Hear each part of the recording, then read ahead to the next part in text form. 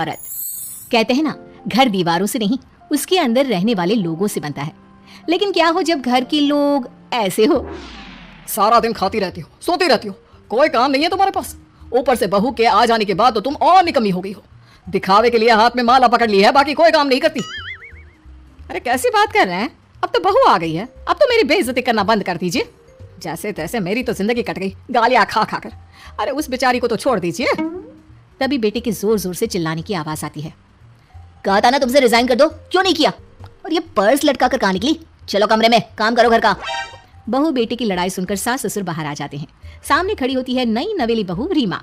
देख लीजिए माँ जी, शादी से पहले तो मेरे माँ पापा के सामने कहा था कि शादी के बाद नौकरी करने देंगे, लेकिन अब क्या कह रहे हैं? तो तुम माँ जी को क्यों बोल रही है बहू?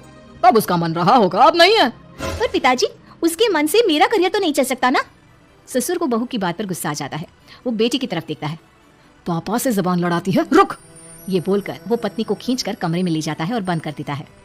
ये सब देखकर सास दुखी हो जाती है। पति के जाने के बाद सास बेटी से कहती है, देख बेटा, अब जमाना कुछ और है। तेरे पिता ने घर में औरतों की कद्र नहीं की, लेकिन तू ऐसा ना बन। शहर की समझदार पढ़ी लिखी लड़की से शादी की है तूने, उसका ख्याल रखा कर, तमीज से पेश आया कर। जा, बहू को कमरे से बाहर ले आ। लेकिन बेटा नहीं मानता और बहू कमरे में सारा दिन बंद रहती है। शाम को बेटा बाहर जाता है कि सास चाय और बिस्कुट लेकर बहू के कमरे में जाती है। बहू बेटा ये ले, चाय पी ले। रो रो कर कैसी शक्ल बना ली है बेटा। माँ जी, ये कैसे लोग हैं? आप कैसे मैनेज कर रही हैं? ऐसे थोड़ी ना होता है माँ जी। घर की औरतों को तो पिताजी और ये इंसान समझते ही नहीं। क्या करूं बेटा, मैंने तो जैसे तैसे सह लिया, लेकिन तू ना सहना। दोनों बात कर ही रहे थे कि ससुर आ जाते हैं। अच्छा, तो अब बहू को भड़का रही हो? बहुत दिन हो गए मार खाए, अब क्या बहू के सामने खाओगे? जाओ यहाँ से, और जरूरत नहीं है ज्यादा इस लड़की को सर पर चढ़ाने की, समझी? बहू को ससुर की बात पर गुस्सा आ जाता है, लेकिन वो कुछ नहीं कहती। आए दिन बहू देखती है कि कैसे उसकी सास और उसके साथ उसका ससुर और पति गंदा व्यवहार करते हैं। फिर एक दिन, ये क्या बनाया है? खाना बनाना नहीं आता क्या? ये बोलकर वो खाने की भरी सारी थाली फेंक देता है। अरे बेटा कोई बात नहीं, शांत हो जा, मैं अभी बाहर से कुछ मंगवा देता हूँ। हाँ पापा, ऑर्डर करिए। ऐसे खाने से तो पेट भरने से रहा। वैसे खाना तुमको बनाना आता नहीं और बाहर जाकर नौकरी करना चाहती हो। अरे तुम जैसे को तो पूछते भी नहीं है बाहर। बहू को पति की बात पर गुस्सा आता है, तभी सास बोल पड़ती है। तेरे से ज्यादा पढ़ी लिखी है, वो तो तूने इसे कहा था कि तू नौकरी करने देगा तो तुझसे शादी कर ली, वरना ना ही करवाते इसके माँ बाप तुझसे शादी इसकी। और कमाती भी ये तेरे जितना ही है बेटा। बहू हैरान रह जाती है कि जो सास खुद के लिए एक बार भी खड़ी नहीं हुई, वो उसके लिए बेटे को भी भला बुरा सुना रही है। उसकी नजर में सास की इज्जत और बढ़ जाती है। वो सास को देखकर ये सब सोच ही रही थी कि उसके कान में एक जोर से चांटे की आवाज आती है। किसको किसको मार पड़ी? वो देख ही रही होती है कि उसकी नजर जमीन पर बैठी सास पर पड़ती है। अभी तो धीरे से मारा, फिर जुबान खोली ना तो ऐसा मारूंगा कि कान के पर्दे फट जाएंगे। सास रो रही थी। बेटा और पति वहां से चले जाते हैं। पिताजी अच्छा किया माँ को जोर का चांटा लगाकर, आगे से जबान खोलने से पहले 4 बार सोचेंगी। बड़ी आई। दोनों हंसते हुए वहां से निकल जाते हैं। बहू सास को उठाती है और पानी देती है। मैंने ये दिन रोज देखे हैं बहू, लेकिन तू नहीं सहना। तू अपना जीवन अपने अनुसार जीना। शादी के वक्त मैंने तेरी माँ से बात करने की कोशिश की थी, उन्हें बताया था, लेकिन वो नहीं मानी। बहू सास को पकड़कर रोने लगती है। वो इसलिए नहीं मानी क्योंकि वो मेरी सगी माँ नहीं है। माँ जी, जिस तरह से आप मेरे लिए खड़ी हुई है ना, मेरी माँ भी नहीं हुई। बेटा मैं तेरा भला चाहती हूँ, तू नौकरी इस घर में रहकर तो नहीं कर पाएगी। एक काम कर, इस घर से चली जा, पैसे कमा और खुश रह। माँ जी, हो सकता है कल तक मैं आपके इस फैसले को मान जाती, लेकिन आज नहीं। माँ जी, आप यहाँ इस नर्क को झेले और मैं आपको छोड़कर चली जाऊं? नहीं, कभी नहीं। अगले रोज, सुनिए, वो क्या है ना, मुझे कुछ कपड़े और गहनों की जरूरत है, तो जरा पैसे दीजिए ना। अब आप घर के मर्द हो तो पैसे तो आपसे ही मांगूंगी ना। बुरा तो नहीं लग रहा ना आपको? नहीं नहीं, बुरा क्यों लगेगा। ये लो कार्ड, कर लेना शॉपिंग। अगले रोज, बिजली का बिल आया है 10,000 का, भर दीजिएगा। इतना बिल कैसे आ गया?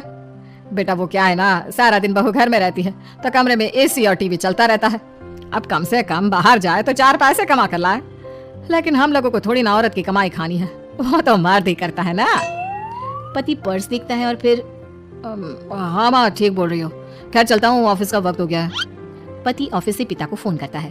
पापा, घर के खर्चे तो बढ़ते ही जा रहे हैं, ऊपर से महंगाई आप देख रहे हैं। मैं सोच रहा हूँ क्यों ना मीना को नौकरी के लिए हाँ कर दूं, 4 पैसे ही लाएगी ना घर में।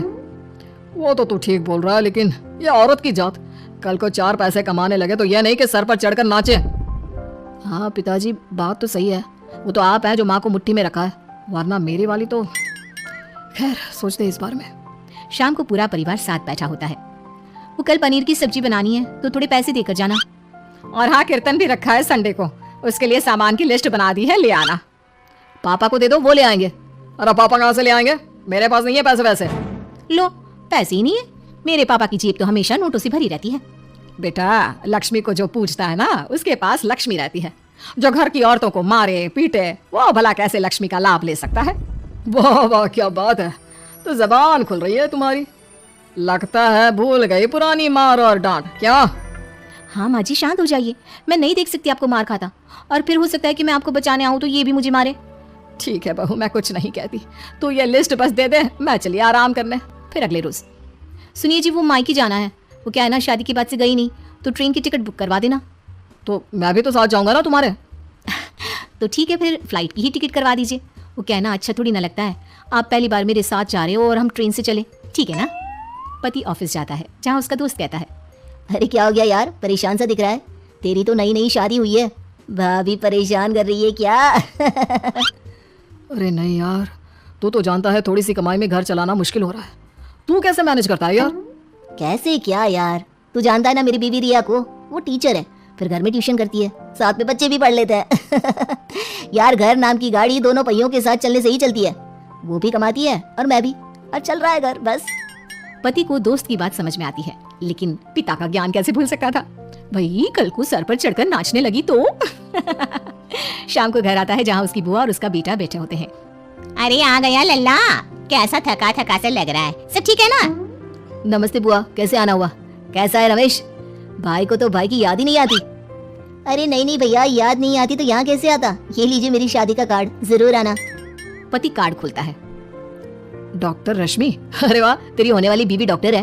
और क्या भैया, आपकी बीवी इंजीनियर तो मेरी डॉक्टर। तभी वहाँ सास आ जाती है।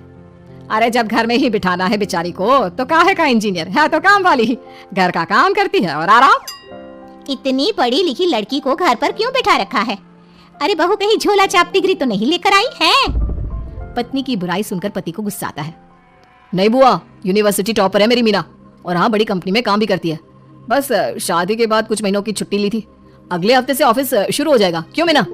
तभी ससुर आ जाते हैं। हाँ, लेकिन फिर घर का काम कैसे होगा, और पैसे कमाने लगेगी तो सर पर। पिता की बात पूरी नहीं हुई कि बेटा, सर पर चढ़ने का हक है उसका पापा।